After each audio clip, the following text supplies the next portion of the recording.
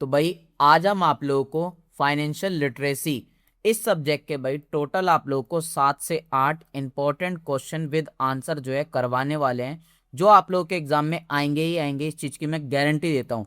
अगर आप इस वीडियो को देख के चले गए, इन नोट्स को पढ़ के चले गए, फिर आप लोगों को कुछ और करने की जरूरत नहीं पड़ेगी। इसी से ही जो है आप लोग बहुत अच्छे मार्क्स से पास आउट हो जाओगे। ये जो सब्जेक्ट है भाई, ये ऑल यूजी कोर्सेज में होता है। किसी को फर्स्ट सेमेस्टर मिलता है, किसी को सेकंड में, किसी को थर्ड में, किसी को फोर्थ सेमेस्टर में। लेटेस्ट सिलेबस जो है भाई आप लोग अपनी स्क्रीन पे देख सकते हो। यही सारा आप लोगों का लेटेस्ट सिलेबस है, जिसमें भाई आप लोग की 4 यूनिट दी गई हैं और 5 चैप्टर जो है दिए गए हैं। इसी लेटेस्ट सिलेबस से और प्रीवियस ईयर को एनालाइज करके ही हमने आप लोगों के लिए ये इंपॉर्टेंट क्वेश्चन आंसर तैयार करे हैं। और इसी में ही भाई आप लोगों का 95% सिलेबस भी जो है कवर अप करवा दिया गया है।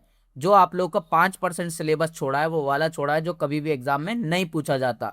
तो गारंटी मेरी है भाई, इससे बाहर आप लोग के एग्जाम में कुछ भी नहीं आएगा। यही सब जो है घुमा फिरा के आप लोगों से पूछा जाएगा। बाकी नोट्स का लिंक आप लोगों को नीचे डिस्क्रिप्शन में मिल जाएगा। अदरवाइज आप लोग व्हाट्सएप पे भी कांटेक्ट करके नोट्स को ले सकते हो। एक चीज और क्लियर कर दूं भाई, किसी इंग्लिश मीडियम वाले बच्चे को अगर दिक्कत हो रही है समझने में, तो भाई इंग्लिश मीडियम के ऊपर हमने पूरी सेपरेट वीडियो बना रखी है। वो वीडियो जो आप लोगों को पिन कमेंट में मिल जाएगी, वहां से आप लोग देख सकते हैं। चलो करते हैं अपना फर्स्ट क्वेश्चन।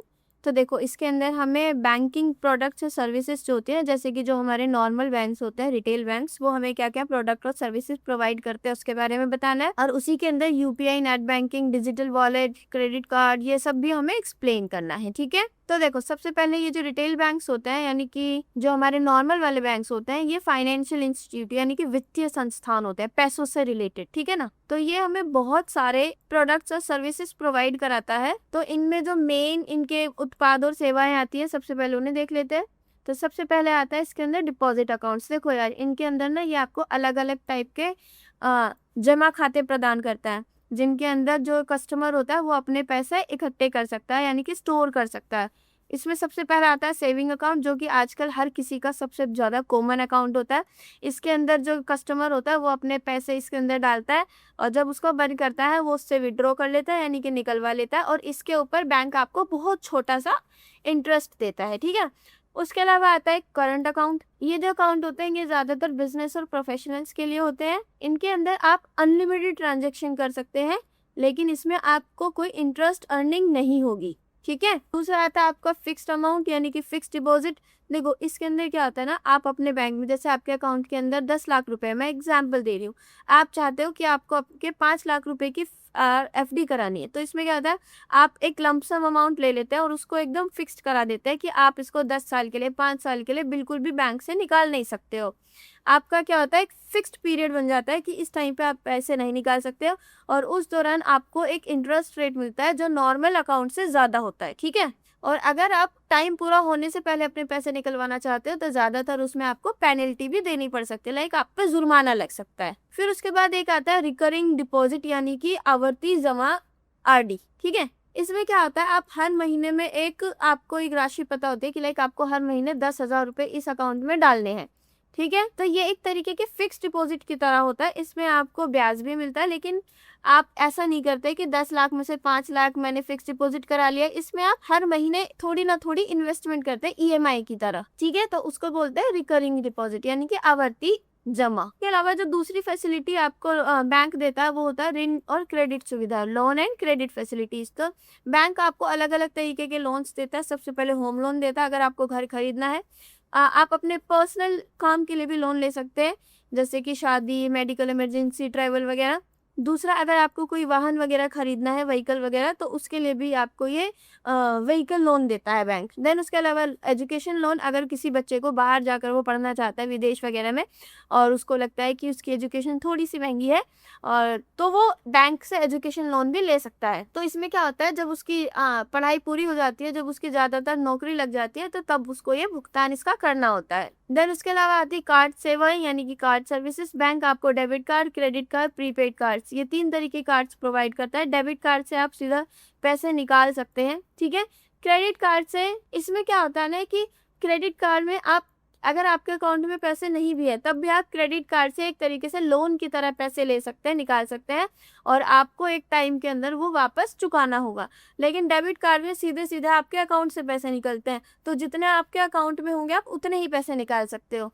यही अगर प्रीपेड कार्ड्स की बात की जाए तो इनमें एक लिमिटेड अमाउंट भरी होती है, लाइक आपने 10,000, 20,000, 30 लाख, 50 लाख, आपने जितने चाहते हैं उतने अमाउंट का होता है, किसी बैंक से लिंक नहीं होता है, और आप इसको खर्चे के लिए फिर अपने हिसाब से यूज कर सकते हैं या फिर किसी को गिफ्ट वगैरह भी कर सकते हैं। ठीक, उसके अलावा आता है एक इन्वेस्टमेंट एंड इंश्योरेंस सर्विसेज। जो बैंक होते हैं वो आपको इन्वेस्टमेंट की और इंश्योरेंस की सर्विसेज भी देते हैं। सबसे पहले म्यूचुअल फंड्स और बॉन्ड प्रोवाइड कराता है, बीमा प्रोडक्ट्स भी देता है, और डीमैट टाइप के अकाउंट्स भी जो है बैंक्स आपको प्रोवाइड कराता है। देन डिजिटल बैंकिंग सर्विसेज, इसके अंदर आपको net banking, mobile banking apps, UPI यानी कि unified payment interface and digital wallets, ये सारी सर्विसेज मिलती है। फिर उसके अलावा और दूसरी भी ऐसी एंसिलरी सर्विसेज यानी कि सहायक सेवाएं हैं जो बैंक हमें प्रोवाइड कराता है, जैसे लोकर फैसिलिटीज, बैंक के अंदर आप अपनी ज्वेलरी वगैरह, डॉक्यूमेंट्स वगैरह सेफ तरीके से रख सकते हैं। विदेशी मुद्रा सेवाएं यानी कि फॉरेन एक्सचेंज सर्विसेज, तो जैसे आप इंडिया से कहीं जा रहे हैं तो आप जो है बैंक्स में अपने पैसे चेंज करा सकते हैं उस कंट्री के, या फिर आप दूसरी कंट्री से अगर इंडिया में आ रहे हैं तो भी आप उन कंट्री की करेंसीज को बैंक में जाके चेंज करा सकते हैं। उसके अलावा standing instructions and ECS, electronic clearing services, EMI और बीमा प्रीमियम जैसे रिकरिंग पेमेंट्स जो है, मतलब ये भी बैंक आपको प्रोवाइड कराता है। ठीक है, उसके बाद आ जाते हैं हम यूपीआई, नेट बैंकिंग और डिजिटल वॉलेट्स पे। तो सबसे पहले देखते हैं यूपीआई। तो इसकी फुल फॉर्म होती है यूनिफाइड पेमेंट इंटरफेस, यानी कि एकीकृत भुगतान इंटरफेस। तो ये एक रियल टाइम पेमेंट सिस्टम है। इसके अंदर आप हैंड टू हैंड किसी की भी मतलब पेमेंट जो है बिना कैश के कर सकते हैं, कैशलेस पेमेंट होती है। और इसको किसने बनाया था, किसने इसको डेवलप किया था? National payments corporation of India, NPCI, इसने यूपीआई को डेवलप किया था। देखो, तो यूपीआई जो है वो आपकी मोबाइल डिवाइस से होता है। उसमें किसी भी आपको बैंक अकाउंट की डिटेल डालने की जरूरत नहीं है कि IFSC कोड डालना है, अकाउंट नंबर डालना है। इसके अंदर आपका एक वर्चुअल पेमेंट एड्रेस होता है, VPA, जिसके जरिए जो है आपकी ट्रांजेक्शन्स होती है। ठीक है, देखो यूपीआई का मेन फीचर तो ये है कि ये 24 घंटे चलता है, इसको आप कभी भी यूज कर सकते हैं। बैंक की छुट्टी हो या कुछ भी हो, उससे यूपीआई का कोई लेना देना नहीं है। अब इसके बहुत सारे ऐप्स आ गए हैं आजकल, जैसे कि गूगल पे हो गया, है ना, फोन पे, भीम, पेटीएम, तो ये बहुत सारे इसके ऐप्स हैं जिनको आप यूज कर सकते हैं और इनके जरिए आप बहुत सारे काम कर सकते हैं। ये आपको ट्रांसफर करने, मतलब पैसे ट्रांसफर करने में, बिल भुगतान करना, दुकानदारों को जो है उनके लिए पैसे देना QR स्कैन करके, और ऑनलाइन शॉपिंग जैसी चीज़ों में भी ये आपको बहुत हेल्प करता है। और जो यूपीआई में जो सिक्योरिटी फीचर्स होते हैं वो भी अच्छे खासे मजबूत होते हैं। ठीक है, बिना पिन के कोई भी आपके फ़ोन से पेमेंट नहीं कर सकता है। तो इसके कुछ एडवांटेजेस हैं। सबसे पहला तो एकदम हैंड टू हैंड इसमें ट्रांसफर हो जाता है, इंस्टेंट ट्रांसफर होता है, तत्काल हस्तांतरण। कोई इसमें आपको बैंक अकाउंट डिटेल्स वगैरह डालने की जरूरत नहीं है। ईजी टू यूज़ है, आप अपने मोबाइल से यूज़ कर सकते हैं। केवल आपको एक आईडी बनानी है, उसके अंदर अपना अकाउंट ऐड लिंक कर देना है और बाद में जब चाहो तब ट्रांजेक्शन करो। फ्री और लो कॉस्ट है, कोई पैसा इसमें नहीं लगता है। दूसरा, आप इसके अंदर बहुत सारे ऐप्स जो है, मतलब एक ऐप के अंदर बहुत सारे बैंक अकाउंट्स को जो है लिंक कर सकते हैं। अगर आपके 3-4 अकाउंट्स हैं तो आप एक ही ऐप के अंदर उनको लिंक कर सकते हैं। हाई सिक्योरिटी है क्योंकि इसके अंदर ये 2 फैक्टर ऑथेंटिकेशन यानी कि 2 कारक प्रमाणीकरण का उपयोग करता है कि आप जब भी इस ऐप को खोलेंगे तो ये आपसे पासवर्ड मांगेगा, एंड देन जब भी पेमेंट करेंगे तब भी आपसे पासवर्ड मांगेगा। उसके अलावा वाइड रेंज ऑफ ट्रांजैक्शन को सपोर्ट करता है, लेन देन की विस्तृत श्रृंखला का समर्थन करता है। इसके अंदर आप लोगों को, व्यापारियों को बिजली बिल, मोबाइल रिचार्ज, सब्सक्रिप्शन, दूसरी चीज़ें, उन सबका भुगतान कर सकते हो।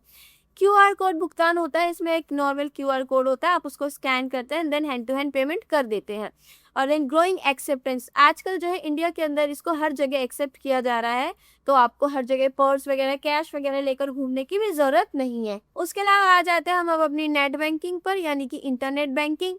तो देखो, नेट बैंकिंग को इंटरनेट बैंकिंग के नाम से भी जाना जाता है। जो हमारे बैंक्स होते हैं, ये उनके द्वारा हमें एक ऑनलाइन सुविधा प्रदान की जाती है कि इसके जरिए जो ग्राहक होते हैं वो वित्तीय और जो नॉन फाइनेंशियल बैंकिंग से बैंकिंग लेन देन से जितनी भी मतलब उनकी रिलेटेड एक्टिविटीज़ होती है, ट्रांजेक्शन्स होती है, तो वो उनको मोबाइल ऐप से या फिर बैंक की वेबसाइट से जाके अपने आप हैंडल कर सकते हैं। उन्हें बैंक में जाने की ज़रूरत नहीं है। नेट बैंकिंग के थ्रू कस्टमर जो है ना, वो अपने पैसे को NEFT, RTGS, IMPS के ज़रिए जो है ट्रांसफ़र कर सकते हैं। अपने अकाउंट का बैलेंस चेक कर सकते हैं और अपने अकाउंट की जो स्टेटमेंट है ना, खाता विवरण, उसको भी डाउनलोड कर सकते हैं और दूसरी चीज़ों के जो बिल वगैरह है इनका भुगतान भी कर सकते हैं। मोबाइल रिचार्ज कर सकते हैं एक तरीके से UPI की तरह। इसमें बहुत ज़्यादा टाइम बचता है और ये 2400 घंटे आपके लिए एकदम उपलब्ध होता है। ठीक है। अब अगर नेट बैंकिंग के एडवांटेजेस की बात की जाए तो कन्वीनियंट एक्सेस है, आप इसको कहीं से भी कर सकते हैं, बट हाँ शर्त इतनी है कि आपके पास इंटरनेट कनेक्शन होना चाहिए। देन 24/7 आवर अवेलेबल होता है।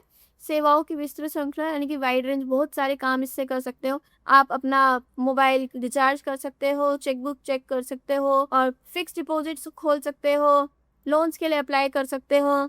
देन उसके अलावा निधि ट्रांसफर्स यानी कि फंड ट्रांसफर, आप इससे इन जरियों, ये जो तरीके हैं इनके थ्रू पैसे भी ट्रांसफर कर सकते हो एक बैंक से दूसरे बैंक में।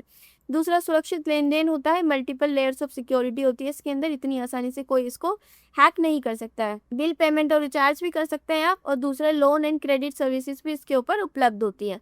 देखो इको फ्रेंडली है, पेपरलेस है, इसके अंदर कोई प्रिंटेड पासबुक, फॉर्म्स और रिसिप्ट्स की जरूरत नहीं होती है, तो जिसकी हर चीज जो होती है इसमें वो डिजिटल रूप में इकट्ठी होती है। ठीक है, समझ गए। अब आ जाते हैं डिजिटल वॉलेट पर यानी कि ई वॉलेट पर। तो डिजिटल वॉलेट को ई वॉलेट भी बोलते हैं। ये एक ऑनलाइन सर्विस या फिर मोबाइल एप्लीकेशन होता है, जैसे पेटीएम वगैरह में नहीं होते थे पहले वॉलेट्स वगैरह, तो जिसमें आप अपने अकाउंट से पैसे इकट्ठे कर लेते थे और उसमें अगर आपको छोटी मोटी कोई पेमेंट करनी है तो आपको बार बार पासवर्ड्स वगैरह नहीं डालने पड़ते थे, तो उसी को बोलते हैं डिजिटल वॉलेट्स। ठीक, तो इनको ज़्यादातर ऑनलाइन शॉपिंग, मोबाइल वगैरह रिचार्ज, बिल भुगतान, मूवी वगैरह की टिकट बुक्स करने के लिए यूज़ किया जाता है। इसमें जो पॉपुलर डिजिटल वॉलेट्स है इसके अंदर पेटीएम, अमेजोन पे, फोन पे वॉलेट और गूगल पे वॉलेट, ये ज़्यादा इसके अंदर इंक्लूड होते हैं। देखो फॉर सिक्योरिटी क्या होता है, जब भी आप वॉलेट्स को ओपन करते हो तो ये आपसे एक पहले पिन, पासवर्ड या फिर आपसे आपका बायोमेट्रिक वेरिफिकेशन मांगता है किसी भी ट्रांजेक्शन को करने से पहले, तो ये सिक्योर्ड भी होते हैं। ठीक है।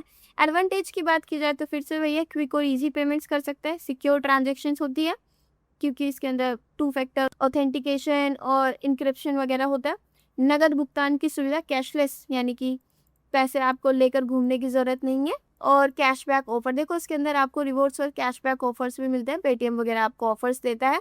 बिल पेमेंट्स और रिचार्ज भी आप इनसे कर सकते हैं। क्लियर हुआ। उसके बाद आ जाते हैं डेबिट कार्ड पर। डेबिट कार्ड एक ऐसा कार्ड होता है जो आपको बैंक इशू कराता है, ठीक है ना, और ये सेविंग अकाउंट और करंट बैंक अकाउंट इन दोनों में मिलता है। इसमें क्या होता है, जो भी आपके बैंक के अंदर जितने भी पैसे हैं तो आप उसको ATM के थ्रू कहीं से भी निकलवा सकते हैं। ज़रूरी नहीं है कि आपको उसमें अपने बैंक के ATM मतलब ब्रांच में ही जाना जरूरी है, तो आप उसको किसी भी ATM से, डेबिट कार्ड से अपने अकाउंट से पैसे निकाल सकते हैं। और ये जो है डेबिट कार्ड्स होते हैं आजकल हर स्टोर में, ऑनलाइन वगैरह हर जगह ये एक्सेप्टेड होते हैं, तो आप बिना कैश ले जाए इनसे शॉपिंग वगैरह कर सकते हैं। और इनके अंदर एक पिन होता है जिसको डालकर ही आपका एक मतलब पैसे निकलते हैं, जब तक आप डेबिट कार्ड का पिन नहीं डालते हैं तो उससे पैसे नहीं निकलते हैं। बट हाँ, इसकी एक लिमिटेशन सिर्फ इतनी सी है कि आप सिर्फ उतना ही खर्चा कर सकते हैं जितना आपके अकाउंट में पैसा है, उसके अलावा खर्चा नहीं कर सकते हैं। एडवांटेजेस की बात की जाए तो कन्वीनियंट होता है, इसको यूज करना थोड़ा सा इजी है, और निधियों तक सीधी पहुंच यानी कि डायरेक्ट एक्सेस टू फंड्स, आप इसमें अपने अकाउंट से सीधा पैसा निकाल सकते हैं।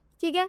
सिक्योरिटी फीचर्स होता है यानी कि ये आपसे पासवर्ड्स वगैरह लेता है, वही ना पिन, आपसे पिन मांगता है कि जब तक आप पिन नहीं डालोगे जब तक ये आपको पैसे नहीं निकाल सकते हो आप इसमें से। वाइडली एक्सेप्टेड होता है आजकल, इसको इंडिया में हर जगह एक्सेप्ट किया जा चुका, मतलब यूज किया जा सकता है, और उसके अलावा वर्ल्ड वाइड भी ये ज्यादातर यूज होता है। लोअर और नो इंटरेस्ट चार्जेस, देखो ज्यादातर जो होता है ना क्रेडिट कार्ड पे आपसे इंटरेस्ट चार्जेस या फिर आपसे चार्जेस लिए जाते हैं उसको यूज करने के, लेकिन जो डेबिट कार्ड होता है ना, ज्यादातर बैंक जो गवर्नमेंट बैंक होते हैं इसके वो आपसे कोई चार्जेस नहीं लेते हैं, कोई पैसा नहीं लेते हैं, तो ये एक तरीके से यूज करना आपको फ्री होता है या फिर बहुत कम फीस लेते हैं वो इसकी। अब आ जाते हैं क्रेडिट कार्ड पर, तो ये भी आपको बैंक से ही मिलता है। ठीक है। लेकिन इसमें क्या होता है ना, इसके अंदर एक प्री अप्रूव्ड क्रेडिट लिमिट होती है कि आपके अकाउंट की लिमिट कितने की 40 लाख है, तो आप इससे एक महीने में या इतना खर्चा कर सकते हैं। ठीक है।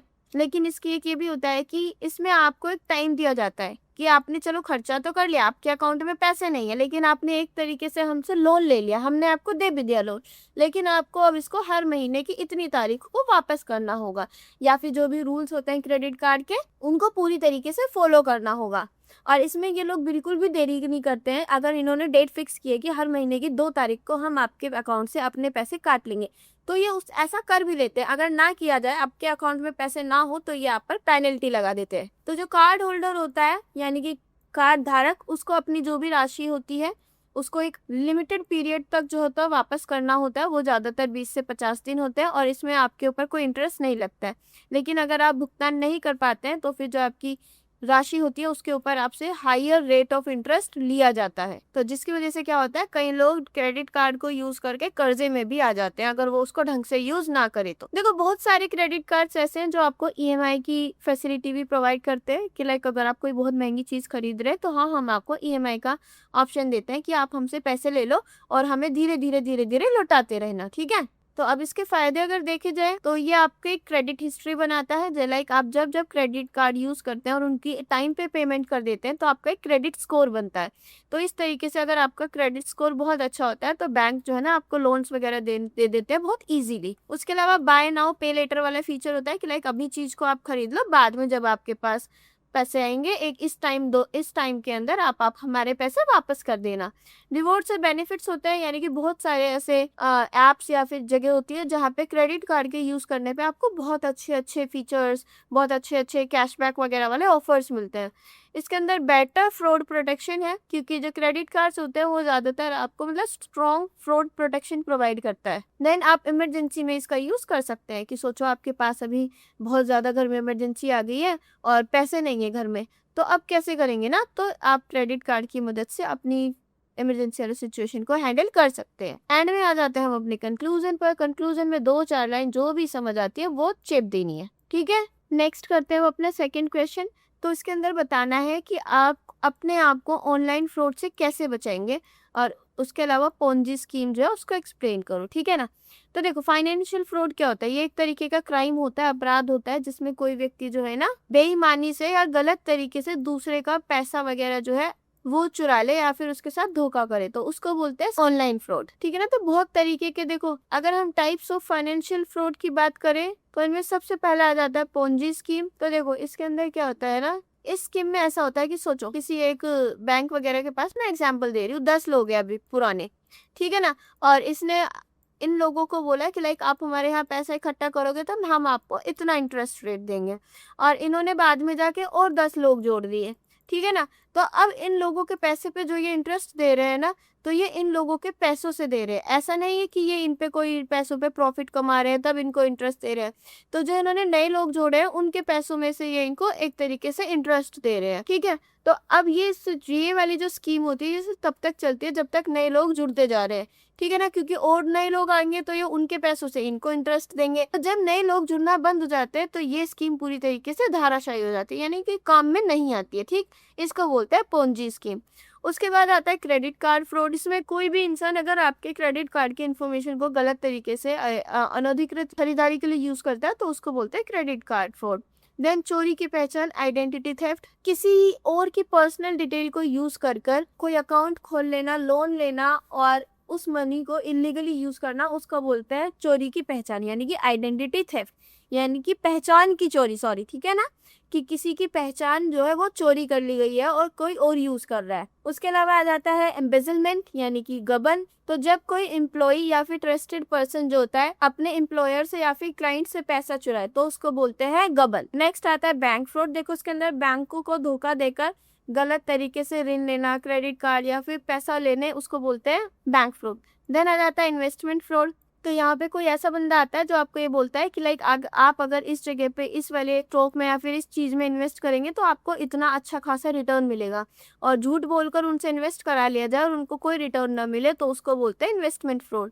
देन आता है हमारा इंश्योरेंस फ्रॉड, यानी कि बीमा धोखाधड़ी। उसके अलावा फिर आता है मॉर्गेज फ्रॉड। यहाँ पे गलत इन्फॉर्मेशन दी जाती है लोन लेने के लिए, तो उसको बोलते हैं मॉर्गेज फ्रॉड। देन ऑनलाइन यानी कि साइबर फ्रॉड। अब आप अपने आप को ऑनलाइन फ्रॉड से कैसे प्रोटेक्ट करेंगे? सबसे पहला जो भी आपके पासवर्ड्स वगैरह होते हैं, आप एकदम यूनिक और स्ट्रॉन्ग पासवर्ड बनाएंगे। बिल्कुल ईजी सा पासवर्ड आपको नहीं बनाना है कि 1 2 3 4 5 या फिर सिर्फ अपना नाम पासवर्ड में नहीं रखना चाहिए। तो अलग अलग डिजिट्स अल्फाबेट्स वगैरह का यूज करना चाहिए, ठीक है ना। फिर दूसरा देखो, हर ऐप के अंदर ना 2 फैक्टर ऑथेंटिकेशन यानी कि 2 कारक प्रमाणीकरण का ऑप्शन आता है।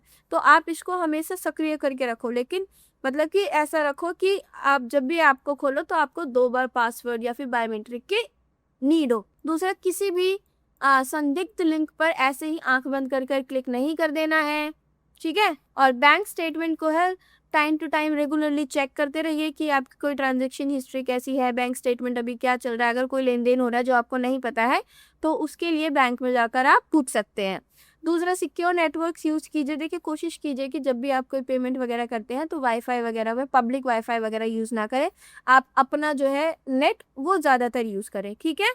दूसरा, एंटीवायरस सॉफ्टवेयर वगैरह जो होते हैं इनको इंस्टॉल करके और अपडेट करके रखें अपने फ़ोन में या पीसी में। और जितने भी सोशल इंजीनियरिंग ट्रिक्स होती है ना, चाले उनसे सावधान रहे। आपको एकदम अटेंटिव रहना है कि इस वक्त चल क्या रहा है, लोग किस तरीके से धोखाधड़ी कर रहे हैं, एकदम समाज को समझते हुए चलना है ताकि आप धोखाधड़ी से बचे रहे, ठीक है। उसके अलावा ऑफिशियल और ट्रस्टेड ऐप्स को ही यूज़ करना है। ऐसा नहीं कि चलो अरे ये ज़्यादा रिटर्न दे रहा है तो इसके ऐप को यूज़ कर लेते हैं। तो आपको वो वाले ऐप्स यूज़ करने हैं जो ऑफिशियली गूगल प्ले स्टोर पर या फिर एप्पल ऐप स्टोर पर आपको प्रोवाइड होते हैं, ठीक। एंड मैं आपको कोई भी कंक्लूजन यहाँ पर अपनी मर्जी से 2-4 लाइन का लिख देना है। देखो, उसके अलावा मैंने यहाँ पर एक एडिशनल टॉपिक डाला है आपके लिए, पोंजी स्कीम। पोंजी स्कीम है क्या? वैसे तो मैंने बता दी थी आपको, लेकिन इसमें आपको मैंने थोड़ा सा और ज़्यादा एक्सप्लेन किया है कि पहले तो इसका मतलब और कैरेक्टरिस्टिक्स क्या है। देखो, इसके अंदर आपको फॉल्स प्रॉमिस, गलत वादे किए जाते हैं कि आप हमारे पास इतना पैसा इन्वेस्ट कीजिए, हम आपको हायर इंटरेस्ट देंगे, ठीक है ना। फिर दूसरा, lack of legitimate business activities, वैध व्यावसायिक गतिविधियों का अभाव। देखो, इसके अंदर कोई भी ऐसी real economic activity like manufacturing वगैरह, ट्रेडिंग, सर्विसेज कुछ नहीं होता है। ये सिर्फ आपके पैसों को लेते हैं और जो इनके पुराने बंदे होते हैं सिर्फ उनको उनका इंटरेस्ट वगैरह देने में यूज करते हैं। तो इनके यहाँ पे कोई रियल प्रॉफिट जनरेशन वाली चीज है ही नहीं कि लाइक ये कोई आपके पैसों से कोई प्रॉफिट जनरेट ही नहीं कर रहे हैं।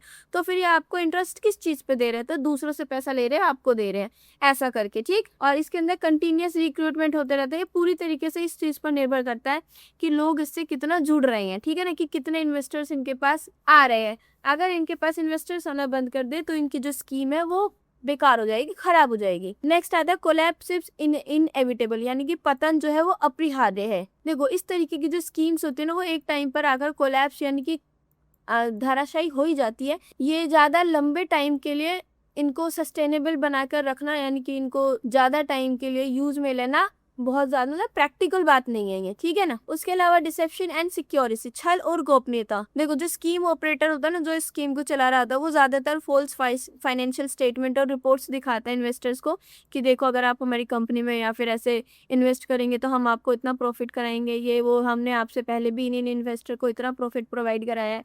तो ये सब गलत चीजें दिखाकर आपको अपने जाल में फंसाने की कोशिश करते हैं बस, ठीक। अब ये पोंजी स्कीम कैसे काम करती है ये मैंने आपको बताई दी थी कि पहले इतने आपसे वादा करेंगे, फिर देन दूसरे लोगों से पैसे लेंगे और आपको इंटरेस्ट देंगे, फिर देन और लोगों को जोड़ेंगे, फिर उनके पैसों से उनको इंटरेस्ट देंगे, ऐसे। तो यहाँ पे एक उदाहरण वगैरह और लीगल कॉन्सिक्वेंसेस मैंने दिए हैं, ठीक है ना। तो पोंजी स्कीम से बचना कैसे है? तो सबसे पहले आप जिस भी चीज़ के अंदर पैसा इन्वेस्ट कर रहे हैं कुछ भी, तो सबसे पहले चेक करो क्या वो सेबी और आरबीआई रजिस्टर्ड है। दूसरा, कंपनी का आपको सत्यापन करना है कि क्या वो कंपनी पूरी तरीके से रजिस्टर्ड है, वेरीफाइड है। उसका बैकग्राउंड चेक कीजिए, उसका एमसीए वगैरह उसकी वेबसाइट पर चेक कीजिए। दूसरा, उसके बिजनेस को समझिए कि जिस कंपनी में या फिर जहाँ पैसा लगाने जा रहे हो वो बिजनेस क्या करता है, कहाँ से वो प्रॉफिट कमा रहा है या क्या कुछ है, ठीक है। दूसरा, अगर कोई चीज़ आपको बहुत ज़्यादा अच्छी लग रही है, ठीक है ना, तो ऐसी चीज़ों के प्रतिफलों से बचे क्योंकि ज़्यादा स्वीट चीज़ें अच्छी नहीं होती हैं, ठीक। दूसरा, लीगल एडवाइस लीजिए। कहीं भी अगर आप ज़्यादा पैसा लगाना चाहते हैं तो सलाहकारों से, वकीलों से परामर्श लें।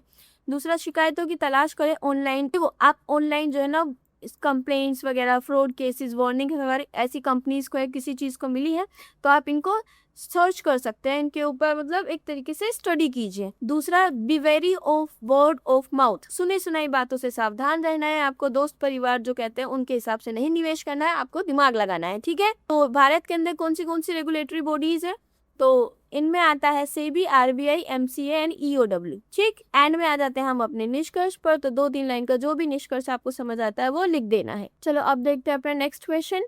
तो देखो ये वाला जो क्वेश्चन है ना, ये एक न्यूमेरिकल है, ठीक है ना। तो न्यूमेरिकल कैसे करना है, इसके अंदर आपको मैंने पूरी तरीके से दिखा दिया है, ठीक है।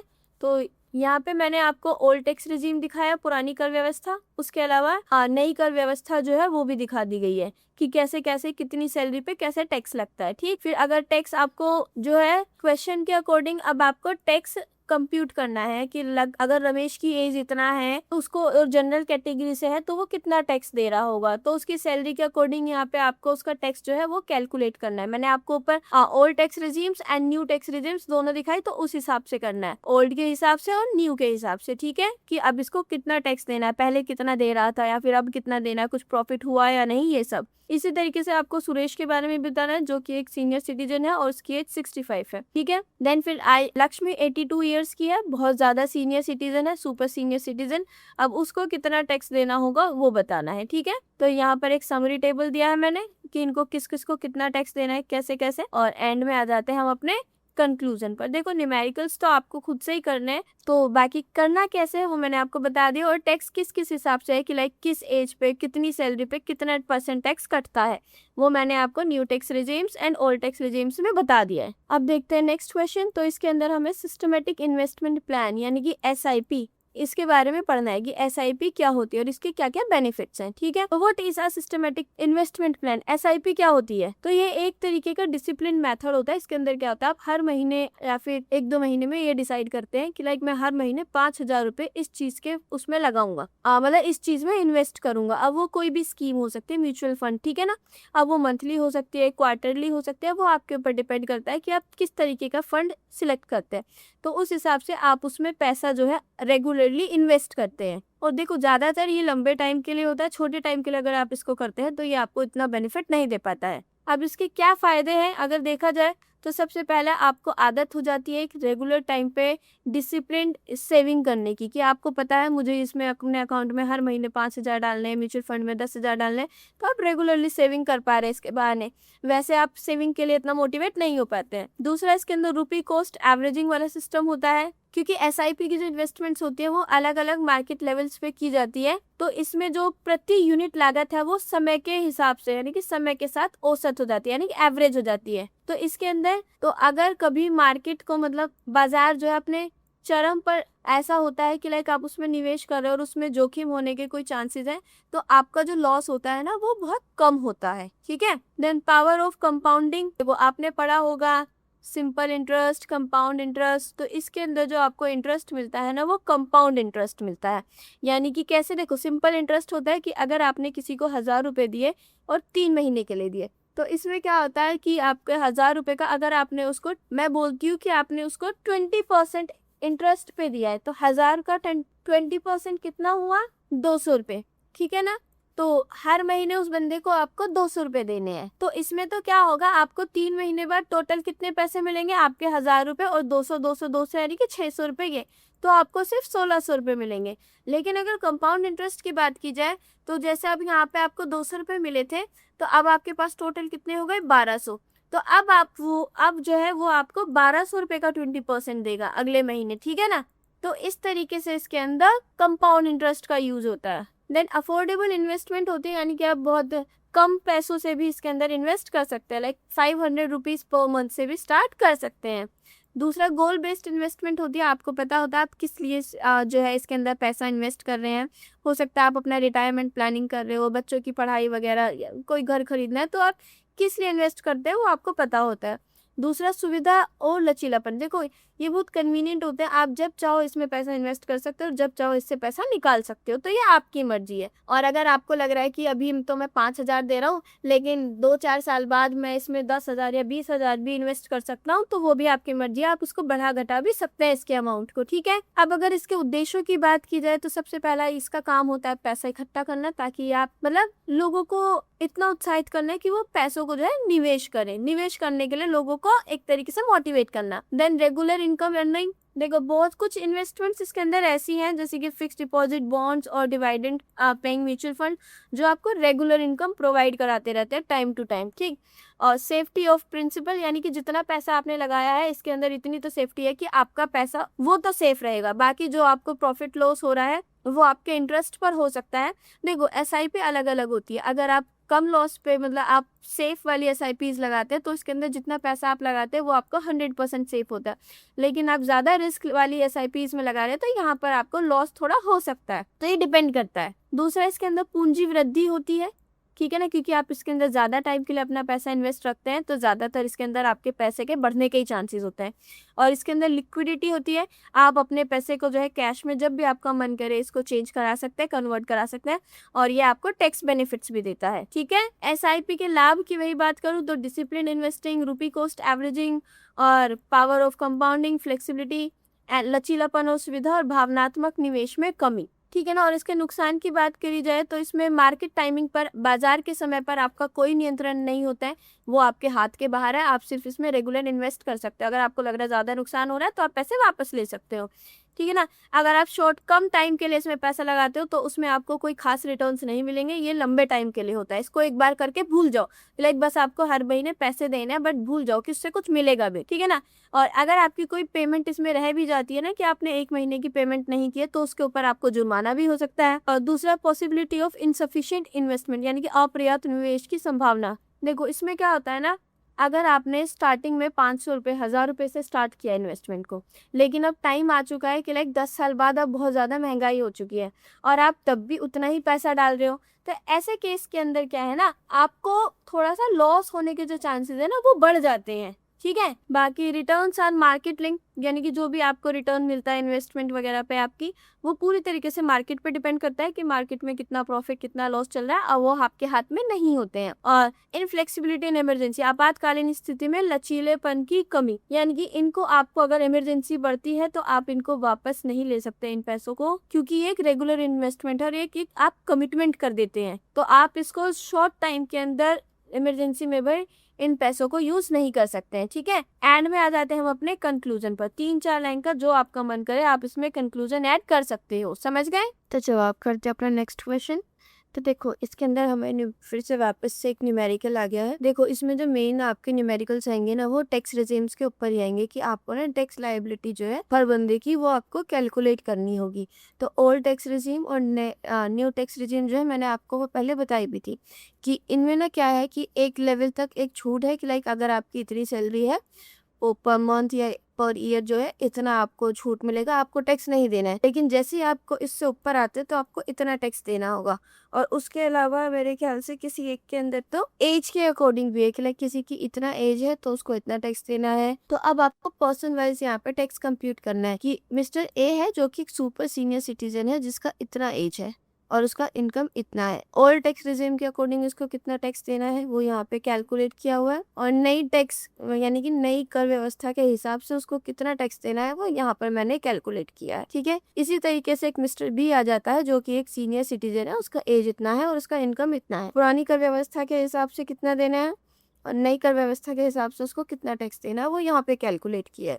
वो मैंने आपको ऊपर वाले क्वेश्चन में सब कुछ बताया ही था, उसी हिसाब से आपको कैलकुलेट करना है। उसके हिसाब से अब आ जाता है मिस्टर सी जो कि गैर वरिष्ठ यानी कि नॉन सीनियर है, सीनियर नहीं है लेकिन वो 60 साल से कम एज का है और उसकी इनकम इतनी है। अब हमें उसके लिए टैक्स जो है वो कंप्यूट करना है। बाद में हम अपनी एक समरी टेबल बनाएंगे कि सुपर सीनियर जो है उसकी इनकम इतनी थी और उसको इतना इतना टैक्स देना पड़ा, और सीनियर को इतना, नॉन सीनियर को इतना इतना टैक्स देना पड़ा। एंड में कंक्लूजन जो है सबके लिए वो लिख देंगे और ये आंसर यहाँ पे खत्म होता है। देखो अब करते हैं अपना नेक्स्ट क्वेश्चन। इसके अंदर हमें जो हमारी नई कर व्यवस्था है, नई टैक्स व्यवस्था है उसको बताना है, ठीक है ना। नई कर प्रणाली क्या है और इसके अंदर क्या, इसके अंदर आपको कटौतियां और इसकी जो छूट है यानी कि एग्जेम्पशंस किस किस को मिली है, कैसे क्या, ये बताना है। तो देखो ये जो हमारी नई कर व्यवस्था है या फिर नई कर प्रणाली है, इसको अंडर सेक्शन 115 BAC ऑफ किसका, इनकम टैक्स एक्ट यानी कि आयकर अधिनियम 1961 की धारा 115 BC कर,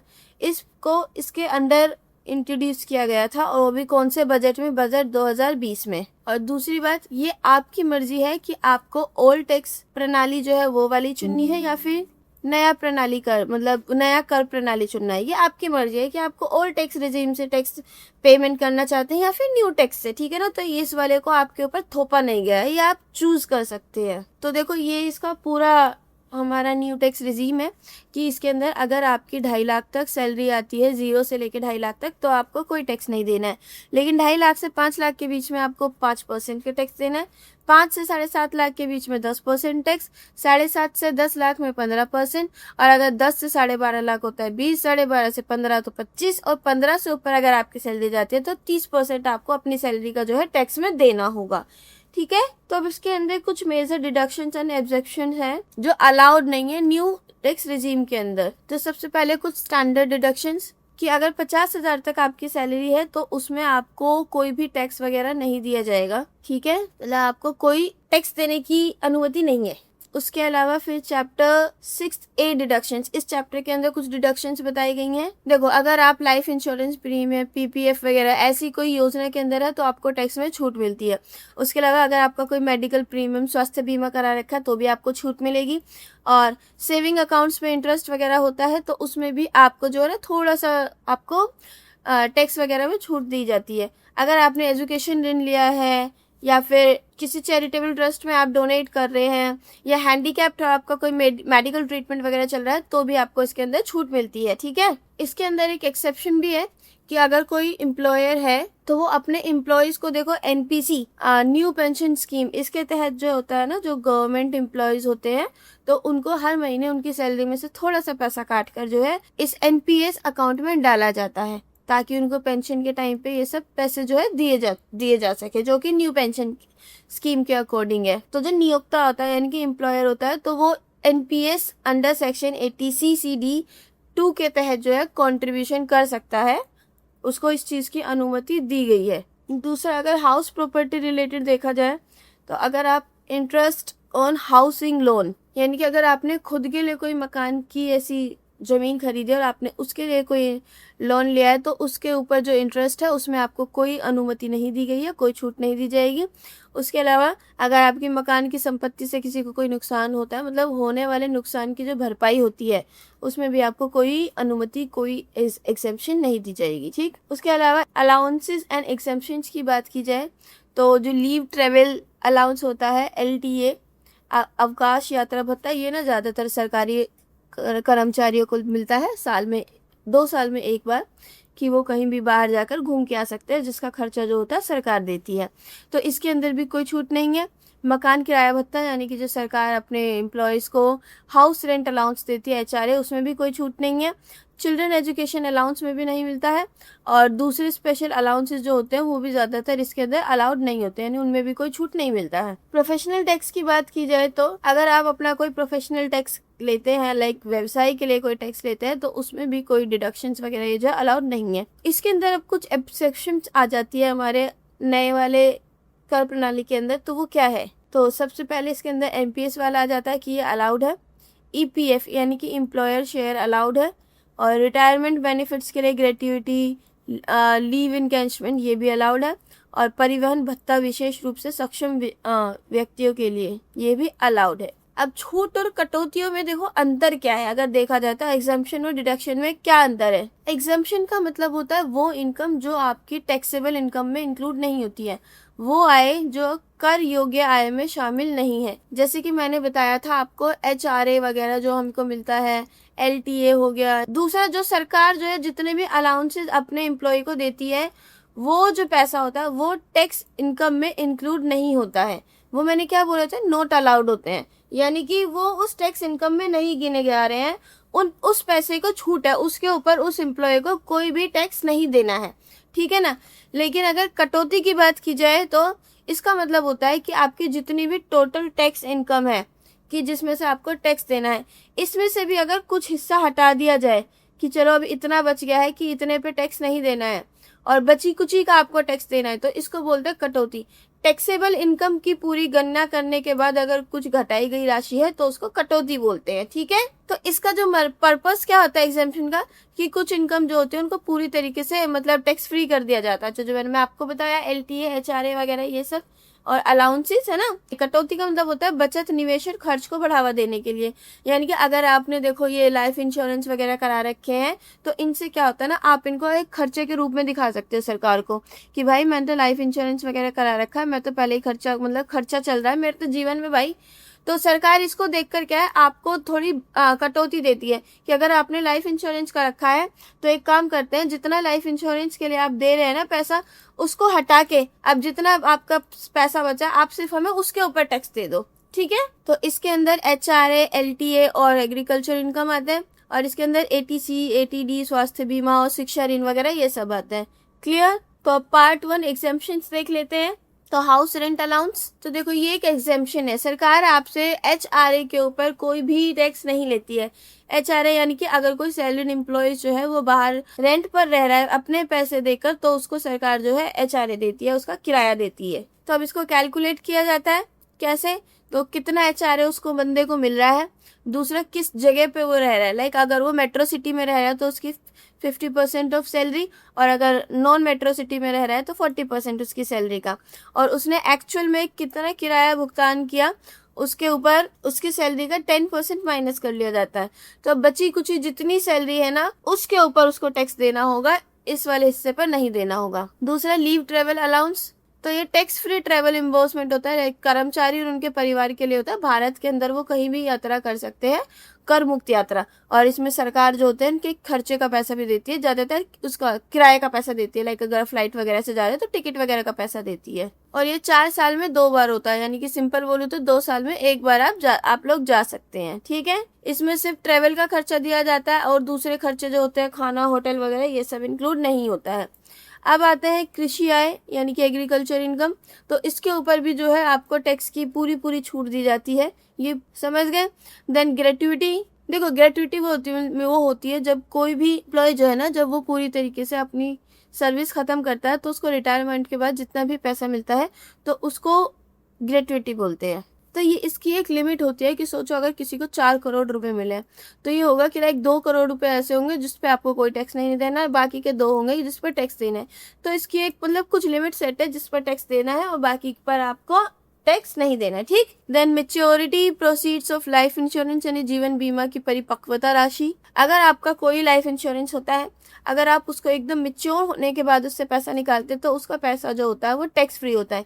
लेकिन अगर आप उसको पहले ही निकाल लेते हैं मेच्योर होने से पहले तो आपको टैक्स देना पड़ता है। उसके अलावा हमारा PFI यानी कि प्रोविडेंट फंड इंटरेस्ट, देखो आपको EPF PPF और दूसरी जो भी प्रोविडेंट फंड्स होते हैं उनके ऊपर जो आपको इंटरेस्ट मिल रहा है वो भी थोड़ा सा टैक्स फ्री होता है, लेकिन किसी हद तक, यानी कि उसकी एक लिमिट है, वो तभी तक स्पेसिफाइड लिमिट तक वो टैक्स फ्री है, उसके बाद आपको उसके ऊपर भी टैक्स देना पड़ता है। उसके अलावा दूसरी कॉमन एग्जेम्पशंस की बात की जाए तो स्वैच्छिक सेवानिवृत्ति योजना, पेंशन रूपांतरण, स्कॉलरशिप इनकम और गिफ्ट्स वगैरह, तो इनमें भी कुछ आपको छूट मिलती है। तो वो किस तरीके से वो मैंने यहाँ पर दिखाई है। डिडक्शंस यानी कि अब कटौती, अब आपकी सैलरी से कैसे कैसे भाई साहब ये लोग टैक्स काटेंगे वो देख लेते हैं। डिडक्शंस कटौतियाँ क्या होती है मैंने आपको बताई, आपकी सैलरी से कितने पैसे पर, मतलब अगर कोई चीज़ आपने इनकम वो लाइफ इंश्योरेंस वगैरह लिया हुआ है, कुछ आपने लिया हुआ है, तो उन सबको उस उतने पैसे को हटाकर बाकी उस पर आपसे टैक्स ले लेना इनकम पर,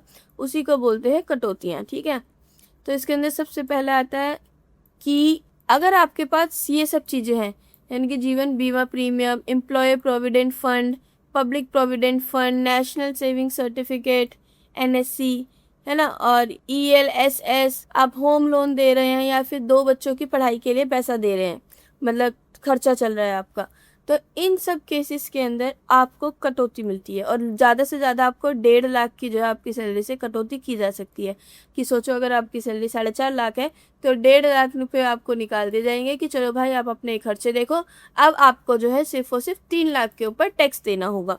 तो अगर आपके पास इनमें से कोई भी चीज़ है तो आप अपनी कंपनी वगैरह में या फिर जहाँ पर भी आप है तो आप जाके बता सकते हैं और इस रिडक्शन का फ़ायदा उठा सकते हैं, ठीक। उसके अलावा अगर NPS कंट्रीब्यूशन वगैरह है, 80CCC पेंशन निधि अंशदान, ठीक है ना, तो ऐसे केसेस में भी आपको जो है कटौती मिलती है। लाइक अगर आपके अकाउंट से एनपीएस के लिए पैसा निकलता है तो उस पैसे पर आपको कोई टैक्स नहीं देना होता है। और टोटल मैक्सिमम कितनी कटौती मिल सकती है आपको दोनों को मिलाकर? 2 लाख रुपए की, ठीक है। उसके अलावा अगर आपको कोई मेडिकल इंश्योरेंस है खुद के लिए या अपने परिवार के लिए 25,000 तक का, माता पिता के लिए 50,000 तक का, स्वास्थ्य मतलब आपने प्रिवेंटिव हेल्थ चेकअप्स वगैरह आप कराते हैं तो उसकी एक लिमिट होती है कि आप 5,000 तक करा सकते हैं। और अगर माता पिता के लिए आप करा रहे हैं तो इनकी लिमिट है 75,000 तक की, ठीक है ना।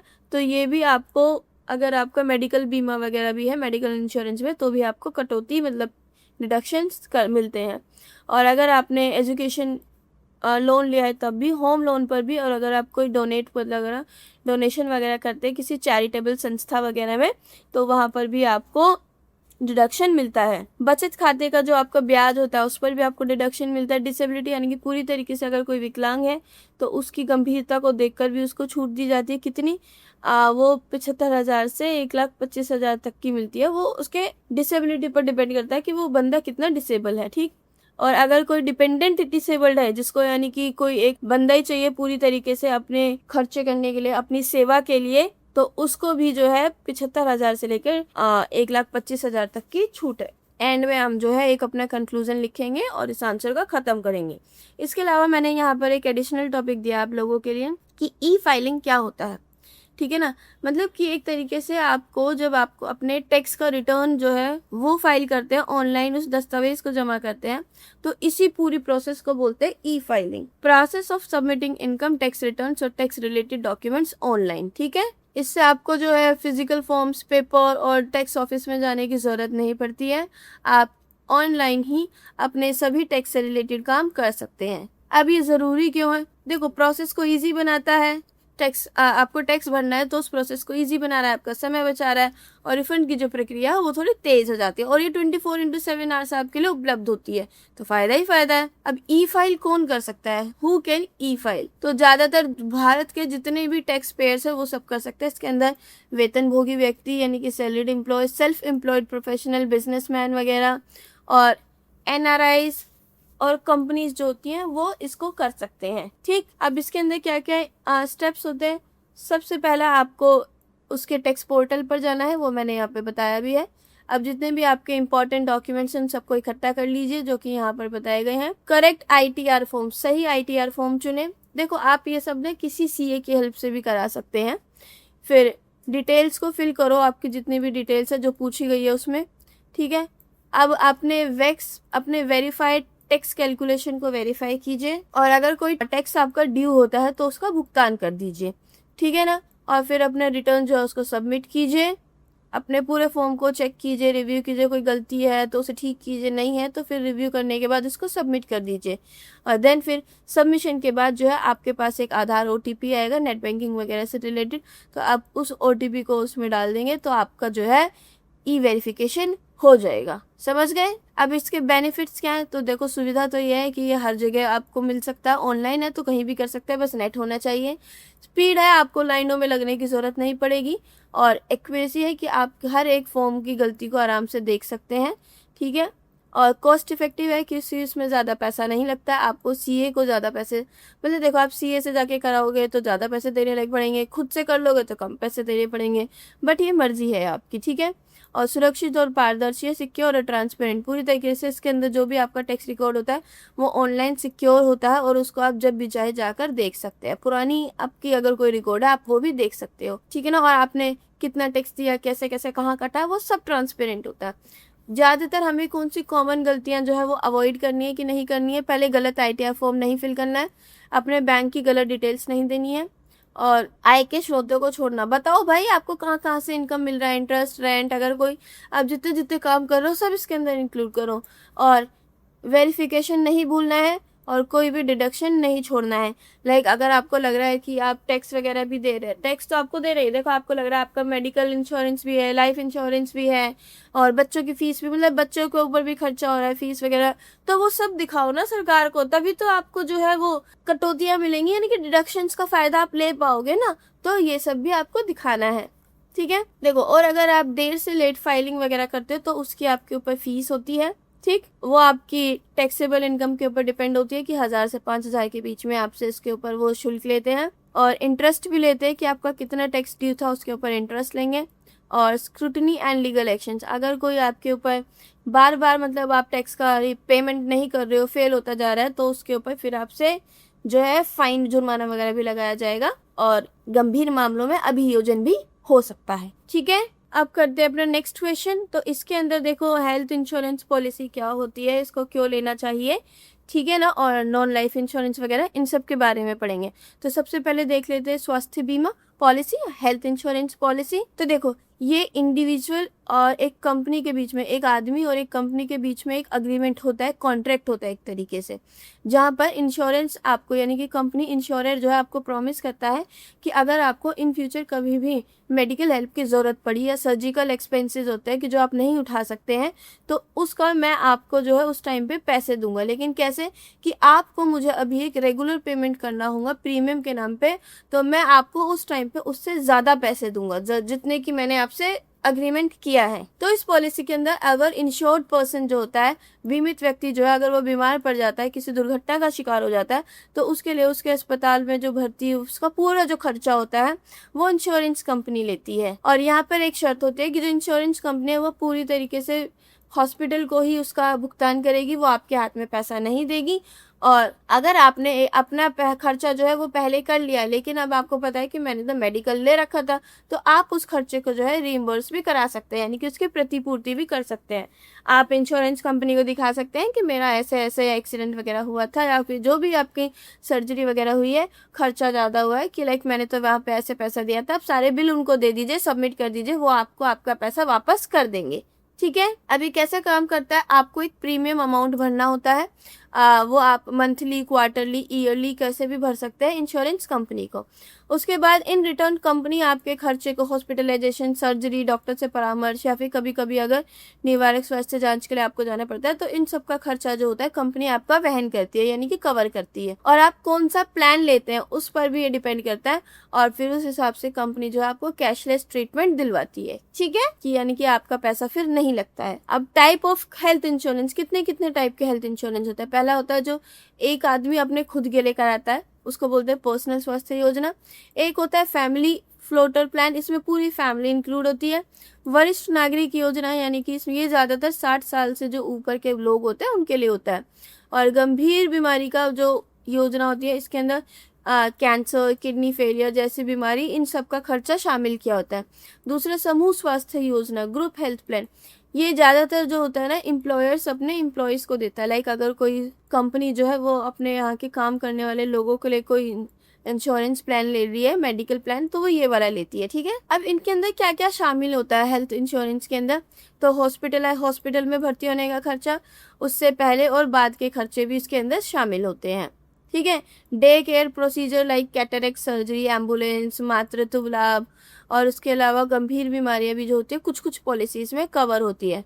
वो आप सबको अपनी पॉलिसीज़ लेने से पहले चेक करना होगा कि क्या किस पॉलिसी के अंदर वो किस बीमारी को कवर कर रहे हैं, क्योंकि बहुत सारी पॉलिसीज़ आती हैं आज के टाइम पे भी। अगर मैं देखो सिर्फ एक एग्जांपल दे रही हूँ, जो कोरोना को इंक्लूड करते हैं, और कुछ पॉलिसीज ऐसी होती है जो कोरोना को इंक्लूड नहीं करते हैं। लाइक अगर आपको कोरोना हो गया है तो वो आपका कोई खर्चा नहीं देंगे, तो वो आपको अपनी पॉलिसीज पहले से चेक करनी होती है। ठीक है, अब देखो कौन सी एक्सपेंसेस इसके अंदर, मतलब कौन सी चीज़ों का कवर नहीं किया गया है। कॉस्मेटिक सर्जरी, डेंटल, या फिर अगर आप अपनी आंखों से रिलेटेड कोई ट्रीटमेंट कराते हैं, अनलेस एक्सीडेंटल, यानी कि अगर दुर्घटना में आपकी आंखों को कुछ हुआ है तो वो उसका खर्चा देंगे। लेकिन अगर आप उसके अलावा कुछ करा रहे हैं, दुर्घटना में कुछ नहीं हुआ है, तो वो इसको इंक्लूड नहीं करते हैं। और अगर आपको बहुत पहले से ही कोई बीमारी चलती आ रही है, जैसे कि डायबिटीज़ वगैरह, तो ऐसी बीमारी को भी इसके अंदर इंक्लूड नहीं किया जाता है। ठीक, अब हेल्थ पॉलिसी खरीदने की ज़रूरत क्या है, तो सबसे पहले तो है फाइनेंशियल प्रोटेक्शन मिल जाती है आपको अपने मेडिकल एक्सपेंसेस के लिए। देखो एकदम से अगर कभी सोचो किसी को कोई बहुत बड़ी बीमारी हो गई है, एकदम से इतना पैसा लाना थोड़ा सा मुश्किल हो जाता है, तो ऐसे टाइम पे जो ये आपकी हेल्थ पॉलिसीज होती हैं ये बहुत काम आती हैं। ठीक है, और आप ये निश्चिंत हो जाते हैं कि आपको पैसे कहाँ से लाने हैं। आपको पता है आपने एक हेल्थ इंश्योरेंस ले रखा है, तो आपको वहाँ से वो आएगी कंपनी और आपको एकदम कैश फ्री ट्रीटमेंट दिलाकर ले जाएगी। ठीक है, दूसरा इसके अंदर गंभीर बीमारियों का भी कवरेज होता है, कुछ कुछ होते हैं प्लान्स, वो आपको देखने पड़ेंगे, तो ये फ़ायदा है। तीसरा, कैशलेस ट्रीटमेंट फैसिलिटी आपको मिल जाती है, आपको तो टेंशन लेनी ही नहीं है भाई। और टैक्स बेनिफिट्स मिल जाते हैं कि अगर आपने हेल्थ इंश्योरेंस ले रखा है तो उसमें आपको टैक्स भी नहीं देना पड़ता उतनी अमाउंट पर। और प्रिवेंटिव हेल्थ केयर को एनकरेज करता है ये कि लाइक आप अपनी हेल्थ का ध्यान रखिए, क्योंकि ये कहीं ना कहीं आपको बता रहा है कि मैं हूँ आपके लिए, आप अपनी हेल्थ का ध्यान रखो, मैं आपको जब भी ज़रूरत पड़ेगी आपको फ्री ट्रीटमेंट दिलाऊंगा, भले ही आपने मुझे थोड़ा सा अमाउंट दिया है। तो इस तरीके से लोगों को अपनी स्वास्थ्य के लिए, अपनी हेल्थ के लिए, मतलब उसकी देखभाल के लिए कहीं ना कहीं प्रोत्साहित करता है। और दूसरा, मन की शांति और सुरक्षा प्रोवाइड करता है भाई लोगों। अगर आपके पास हेल्थ इंश्योरेंस है तो आपको कहीं ना कहीं ये रहता है कि चलो अगर कभी कुछ हुआ तो देखा जाएगा, इसकी आपको खर्चे की ज्यादा टेंशन नहीं होती है। ठीक, एंड में यहाँ पर एक इसका छोटा सा मैंने कंक्लूजन ऐड किया है, वो आप देख लेना। अब देखते हैं नॉन लाइफ इंश्योरेंस क्या होते हैं। गैर जीवन बीमा, देखो अगर ये किसी ह्यूमन लाइफ से रिलेटेड नहीं है, किसी मानव जीवन से संबंधित नहीं है, तो इनको बोलेंगे नॉन लाइफ इंश्योरेंस। अब ये किससे संबंधित होते हैं? ये हो सकते हैं किसी टाइप का संपत्ति से रिलेटेड, वाहन, स्वास्थ्य संबंधी, दुर्घटना और कानूनी देनदारियों से उत्पन्न वाले अगर कोई भी ऐसा वित्तीय नुकसान और जोखिम हो रहा है तो उनसे आपको सुरक्षा प्रोवाइड करने के लिए जो इंश्योरेंस होते हैं वो होते हैं नॉन लाइफ इंश्योरेंस। यानी कि एक तरीके से देखा जाए तो इसके अंदर आपको किसी की ह्यूमन लाइफ के अलावा, जैसे लाइफ इंश्योरेंस तो होता है कि आप जब तक जीवित हैं तब तक आप हमें थोड़ा आप 2 साल 3 साल के लिए एक अमाउंट हमें देते हैं, और जब आपका वो मैच्योर हो जाएगा या फिर आप मर जाते हैं तो उसके बाद हम आपके परिवार को जो है ये जितना भी अमाउंट हमारे पास इकट्ठा हुआ है ये देंगे, तो उसको बोलते थे लाइफ इंश्योरेंस। लेकिन अगर उसके अलावा जीवन से रिलेटेड अगर कोई भी इंश्योरेंस नहीं है तो उसको बोलते हैं गैर जीवन बीमा। ठीक, और अगर इन सिंपल लैंग्वेज बोल दूं तो नॉन लाइफ इंश्योरेंस के अंदर सब कुछ शामिल होता है, मानव जीवन को छोड़कर बाकी इसके अंदर सब कुछ इंक्लूड होता है। अब इसके अंदर सोचो अगर आपका कोई देखो व्हीकल इंश्योरेंस भी इसी के अंदर आता है कि सोचो आपकी व्हीकल जो है चोरी हो गया, आपने उसका इंश्योरेंस कंपनी में बताया तो वो आपको जो है पैसा प्रोवाइड करेगी। और अगर आपने होम इंश्योरेंस ले रखा, सोचो घर में नेचुरल तरीके से आग लग गई है और अब आपको इंश्योरेंस कंपनी को बताना है कि भाई ऐसे ऐसे आग लगी थी, नेचुरली लगी है, मैन मेड नहीं है, तो फिर भी आपको वो इंश्योरेंस देगा। तो इस तरीके के जो इंश्योरेंस होता है वो होता है नॉन लाइफ इंश्योरेंस। ठीक है, अब इनकी क्या इंपॉर्टेंस होती है, देखो अनसर्टेनिटीज यानी कि अनिश्चितता, जीवन में कभी भी कुछ भी हो सकता है, आप कभी भी उसको कैलकुलेट नहीं कर सकते हो, पहले से पता नहीं लगा सकते हो कि हाँ मेरे साथ 1 साल बाद या 1 महीने बाद, 1 दिन बाद या 1 घंटे बाद भी क्या होगा। ठीक है ना, तो कभी भी कुछ भी हो सकता है अचानक से। तो ऐसे खर्चों को भुगतने के लिए ये ऐसे नॉन लाइफ इंश्योरेंसेस लिए जाते हैं। ठीक है ना, तो ये हमें उनसे प्रोटेक्शन प्रोवाइड करता है। दूसरा, फाइनेंशियल सिक्योरिटी प्रोवाइड करता है कि अगर आपकी प्रॉपर्टी, व्हीकल या फिर किसी सामान का कोई लॉस हो गया, डैमेज हो गया है, तो ये उसके लिए आपको फाइनेंशियल कंपेंसेशन देता है, यानी कि मुआवजा प्रदान करता है। ठीक, हेल्थ एंड मेडिकल कवरेजेस इसके अंदर आते हैं। देखो जो हेल्थ इंश्योरेंस होता है ना वो एक टाइप का नॉन लाइफ इंश्योरेंस ही है। ठीक है ना, तो वो भी इसके अंदर आते हैं। हेल्थ इंश्योरेंस क्या था मैंने बता दिया था, उसके अंदर सेफ गार्ड्स प्रॉपर्टी और एसेट्स यानी कि संपत्ति एवं परिसंपत्तियों की सुरक्षा। देखो गैर जीवन ये जो होते हैं ना इनके अंदर बीमा, घर, कार, कारखाने, कार्यालय, इन सभी जैसी आपकी वैल्यूएबल एसेट्स होते हैं, मूल्यवान संपत्ति होती है। अगर इनमें कभी आग, चोरी, बाढ़ जैसे नेचुरल कारण की वजह से अगर इनको कभी लॉस हो जाता है कुछ या पूरी तरीके से खराब हो जाता है, तो ऐसे केस में ये जो नॉन लाइफ इंश्योरेंस होते हैं ये आपको सुरक्षा प्रदान करते हैं, ये आपको इनके नुकसान के लिए मुआवजा देते हैं। ठीक, और ये बिजनेस स्टेबिलिटी को प्रमोट करते हैं। लीगल लायबिलिटी इनके अंदर कवर की जाती है, कानूनी दायित्व कवर, कि अगर आपके वाहन या संपत्ति से हुई चोट या क्षति जैसे तीसरे व्यक्ति के दावों की स्थिति में कानूनी खर्चों मुआवजा शामिल है। लाइक अगर आपसे किसी को नुकसान हो गया है तो यहाँ पर भी in case of third party claim तो आपको जो उसको पैसा वगैरह देना होगा तो ये उसको भी कवर करते हैं ताकि कोई लीगल कॉम्प्लिकेशंस ना हो जाए। ठीक है ना, और सेविंग और रिस्क मैनेजमेंट के लिए प्रोत्साहित करते हैं और कानून द्वारा ये बहुत ज़्यादा मैंडेटरी है। थर्ड पार्टी इंश्योरेंस जो है ना वो बहुत ज़्यादा व्हीकल्स वाले केस में बहुत ज़्यादा इम्पॉर्टेंट है कि आपको इसका इंश्योरेंस तो कराना ही पड़ता है। उसके अलावा ये इकोनॉमी को भी सपोर्ट करता है। ठीक है, अब types of non life policies कौन से आते हैं, तो इसके अंदर सबसे पहले हेल्थ इंश्योरेंस आता है, वो मैंने बताया था। मोटर इंश्योरेंस आते हैं जो हमारी स्कूटी, बाइक वगैरह, कार वगैरह के इंश्योरेंस होते हैं। ये सब इसमें 2 तरीके के इंश्योरेंस होते हैं, थर्ड पार्टी इंश्योरेंस और कॉम्प्रिहेंसिव इंश्योरेंस। थर्ड पार्टी के अंदर लीगल लायबिलिटी जो है टूवर्ड थर्ड पार्टी, यानी चोट लग जाए, डेथ हो जाए या फिर आपके व्हीकल को कोई भी चोट लग जाए तो ये इसके अंदर आता है। और कॉम्प्रिहेंसिव इंश्योरेंस के अंदर आता है तो इसके अंदर अगर आपसे कोई नुकसान हो जाता है किसी का, या फिर कोई आपका नुकसान कर देता है, और उसके अलावा चोरी, तो ये भी शामिल होते हैं। प्रॉपर्टी इंश्योरेंस यानी कि आपका कोई मकान वगैरह, ऑफिस वगैरह है, अगर आपने उनका कोई इंश्योरेंस लिया है तो। ट्रेवल इंश्योरेंस, लाइक अगर आपने ट्रेन वगैरह से ट्रेवल किया हुआ है, फ्लाइट से ट्रेवल करते, तो आप लोगों ने देखा होगा कि वहाँ पे एक छोटा सा ना, बहुत कम पैसों का एक ट्रेवल इंश्योरेंस होता है। तो वो इस केस में होता है कि अगर आप कभी सोचो यार, अब जा रहे हो, कभी कुछ भी हो सकता है ना। मैंने अभी बताया, आपको क्या पता कि आगे क्या होने वाला है।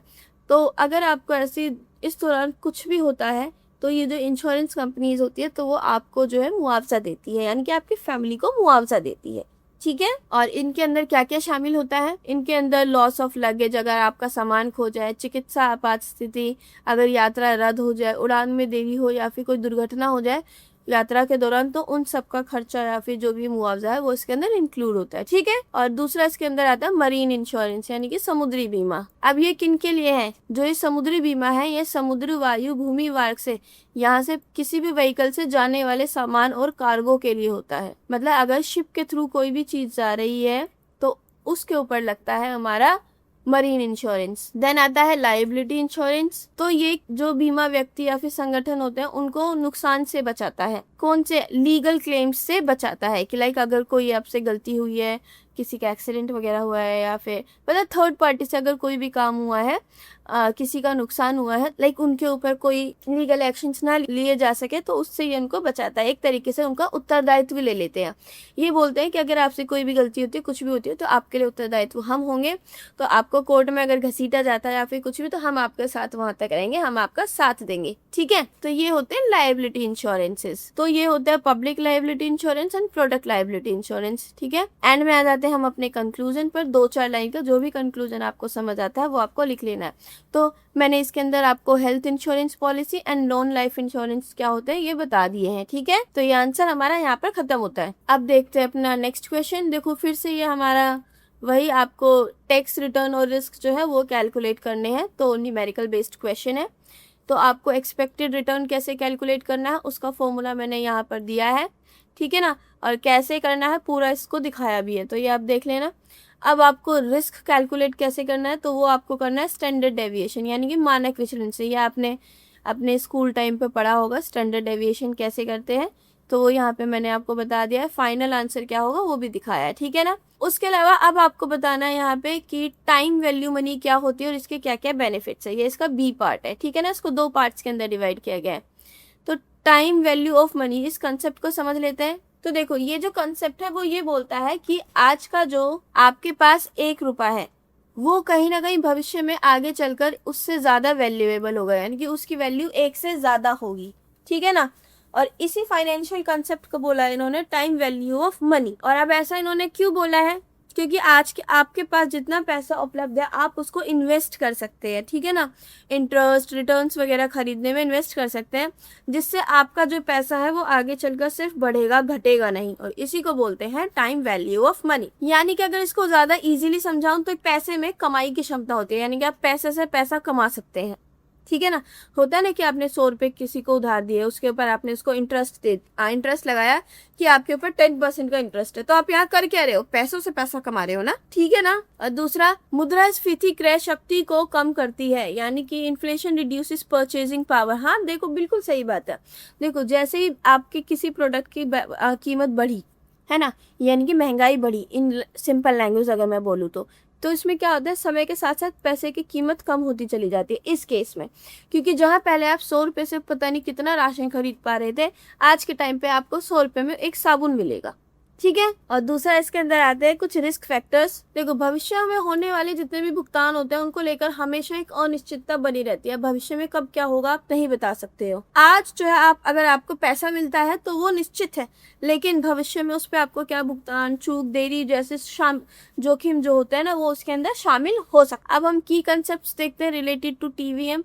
सबसे पहला प्रेजेंट वैल्यू होता है इसके अंदर। तो भविष्य में मिलने वाले धन का जो है आज के हिसाब से उसका जो वैल्यू होता है ना उसको देखा जाता है। यानी कि भविष्य में अगर आपको इतने पैसे मिलने हैं तो आपको अब कितने पैसे इन्वेस्ट करने होंगे, कितना पैसा उनको देना होगा, ये सब, ठीक है। दूसरा फ्यूचर वैल्यू, कि अब आपने सोचा किसी फंड के अंदर पैसा लगाया, आपने भी लगाया 10,000 रुपए, अब उसका भविष्य में कितने आपको उसकी कितनी वैल्यू होगी तो उसको बोलते हैं फ्यूचर वैल्यू, यानी कि उसको पता लगाना कि आज के पैसे की हमारे फ्यूचर में क्या वैल्यू होगा, क्या उसके ऊपर इंटरेस्ट आएगा, कितना इंटरेस्ट उसको मिलेगा आफ्टर अर्निंग इंटरेस्ट, तो उसको बोलते हैं फ्यूचर वैल्यू, कि आपका पैसा टाइम के साथ कैसे कैसे ग्रो हो रहा है, इसको देखना। देन आ जाता है इंटरेस्ट रेट, यानी कि वो रेट जिसपे आपका पैसा जो है उस पर इंटरेस्ट कमाया जा रहा है, उसको बोलते हैं इंटरेस्ट रेट। और समय अवधि, यानी कि कितने टाइम के लिए आपने अपने पैसे को इन्वेस्ट किया है, ठीक है ना, तो वो हो गया आपका टाइम पीरियड। उसके अलावा कंपाउंडिंग, कंपाउंडिंग एक तरीके का इंटरेस्ट का तरीका होता है, एक होता है सिंपल इंटरेस्ट, एक होता है कंपाउंड इंटरेस्ट। तो यहाँ इस मेथड में जो है ना कंपाउंड इंटरेस्ट को यूज़ किया जाता है, ठीक।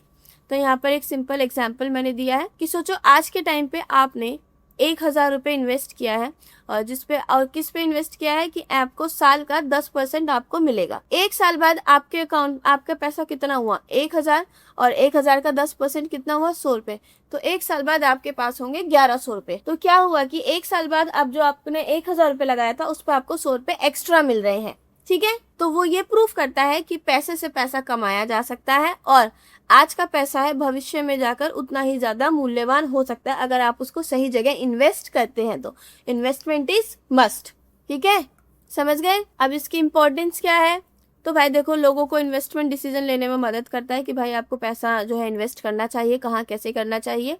और अगर आपको लोन और क्रेडिट इवैल्यूएशन वगैरह करना है तो उसमें भी आपको बहुत ज़्यादा हेल्प करता है। कैपिटल बजटिंग में बहुत ज़्यादा उपयोगी है कि अगर कोई नया प्रोजेक्ट इन्वेस्टमेंट स्टार्ट करना है तो आपको कितना पैसा खर्च करना चाहिए, कितना इन्वेस्ट करना चाहिए, तो ऐसे डिसीजंस लेने में ये मदद करता है।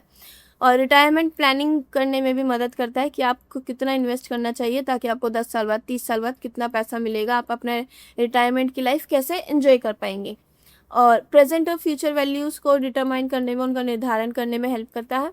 और फाइनेंशियल ऑल्टरनेटिव्स को कंपेयर करने में, उनको उनकी तुलना करने में भी मदद करता है कि कौन सा वाला विकल्प आपको चुनना है। तो दोनों आप बहुत सारे विकल्पों में कंपेयर कर सकते हैं, फिर उस हिसाब से इसके अकॉर्डिंग आप उन्हें चूज कर सकते हैं। ये यहाँ पर आपको इन्फ्लेशन की इम्पोर्टेंस भी बताता है कि भाई लोगों जैसे जैसे महंगाई बढ़ती जाती है तो पैसे की कीमत भी कम होती चली जाती है, तो किस तरीके से इन्वेस्टमेंट करना है, कैसे क्या करना है, तो वो इसके अंदर समझाता है, ठीक है ना। ऋण के भुगतान के लिए सहायक है, अगर आपको लोन अमोर्टाइजेशन के लिए बहुत ज़्यादा हेल्प करता है। लाइक इसकी मदद से आप EMI की हेल्प से अपना लोन वगैरह रिपेमेंट कर सकते हैं। और बिजनेस वैल्यूएशन को सपोर्ट करता है, और पर्सनल फाइनेंशियल प्लानिंग में भी आपको हेल्प करता है, सहायता देता है, ठीक है ना। अब यहाँ पर एक टॉपिक है कि समय के साथ पैसे का मूल्य क्यों कम हो जाता है। सबसे पहला तो भाई लोग जो महंगाई हो रही है, मुद्रास्फीति, वो रुचि का अवसर यानी कि इंटरेस्ट अपॉर्चुनिटी, यानी कि अगर आपके पास आज पैसा है और आप उसको इन्वेस्ट कर देते हैं तो आप रिटर्न्स जो है वो कमाते हैं। लेकिन सोचो आपके पास आज पैसा नहीं है, वो पैसा आपको भविष्य में कभी मिल रहा है, तो आप उसको पहले कभी इन्वेस्ट नहीं कर पाए, तो आपको पास अब उसके पैसे से पैसा कमाने वाली जो स्कीम थी वो थोड़ी सी खत्म हो गई, आपके चांसेस कम हो चुके हैं, ठीक है ना। तो इंटरेस्ट अपॉर्चुनिटी भी कब आपके पास होती है वो भी डिपेंड करती है। जोखिम और अनिश्चितता, देखो फ्यूचर पेमेंट्स जो होते हैं वो पूरी तरीके से आप कंफर्मली नहीं कह सकते कि उनमें आपको प्रॉफिट ही होगा। हो सकता है म्यूचुअल फंड्स जैसी चीज़ों में जब आप इन्वेस्ट करते हैं कि आगे चल के आपको उसमें नुकसान भी हो जाए, तो ये कुछ कंफर्म नहीं है कि उसमें आपको प्रॉफिट ही होगा कि नुकसान होगा, ठीक है।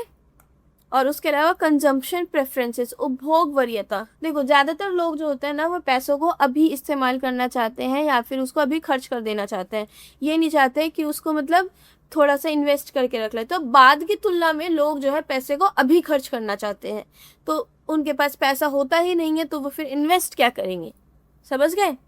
अब TVM का यहाँ पे मैंने फॉर्मूला दिया है कि लाइक अगर आपको फ्यूचर वैल्यू निकालनी है, वर्तमान वैल्यू निकालनी है, तो उसका फॉर्मूला, और यहाँ पर इन सब एक एक टर्म का मतलब क्या है, ठीक है, तो वो समझा दिया है। एंड में हम आ जाते हैं अपने निष्कर्ष पर यानी कि कंक्लूजन पर। तो यहाँ पे आपको कंक्लूजन में जो 2-4 लाइनें समझ आती है वो आपको अपनी मर्जी से लिख देनी है। क्लियर हुआ। तो ये जो हमारा पूरा सब्जेक्ट था इसके सभी इंपॉर्टेंट क्वेश्चन आंसर्स मैंने आपको यहाँ पर हिंदी और इंग्लिश दोनों ही लैंग्वेज में करा दिए हैं, ठीक है। अगर आपको अभी इनसे रिलेटेड कोई भी डाउट हो तो आप मुझे नीचे कमेंट बॉक्स में जो है कमेंट कर सकते हैं और मैं आपका डाउट जो पूरी तरीके से क्लियर करने की कोशिश करूँगी। और अगर आपको लगता है कि थोड़ा बहुत मैंने सुपरफिशियल लेवल पढ़ा दिया है, तो देखो वैसे तो मैंने आपको बहुत कोशिश की है कि सब कुछ अच्छे से समझा दूँ, लेकिन फिर भी अगर कुछ कमी रह गई हो तो आप मुझे उसका जो डाउट है वो क्लियर कर सकते हैं, ठीक है। देखो न्यूमेरिकल्स वगैरह मैं आपको ऐसे बिल्कुल एक ये नहीं कह सकती कि मैं आपको बिल्कुल ही ऐसे घुट्टी पिलाऊंगी न्यूमेरिकल्स की, वो आपको खुद से देखने हैं। बट हाँ, टैक्स रेजिम्स जो होती हैं वो मैंने आपको पूरी तरीके से उसमें दे दी है, आपको बस वही ध्यान रखना है। उसमें देखो एज वाइज या फिर सैलरी वाइज कैटेगराइजेशन किया हुआ है, ठीक। अब आपको इनके जो नोट्स है हिंदी और इंग्लिश दोनों ही लैंग्वेज में जो है उनका लिंक आपको डिस्क्रिप्शन बॉक्स में मिल जाएगा। अदरवाइज आप व्हाट्सएप से भी हमें मैसेज कर कर नोट्स जो है वो ले सकते हैं। और अब अगर आपको वीडियो थोड़ा भी पसंद आता है, थोड़ा भी आपके लिए हेल्पफुल होता है, तो मुझे मोटिवेट करने के लिए प्लीज एक थैंक्स का कमेंट आप जरूर कीजिएगा। तो मिलते हैं अब नेक्स्ट वीडियो में। See you in the next video. Thanks for watching.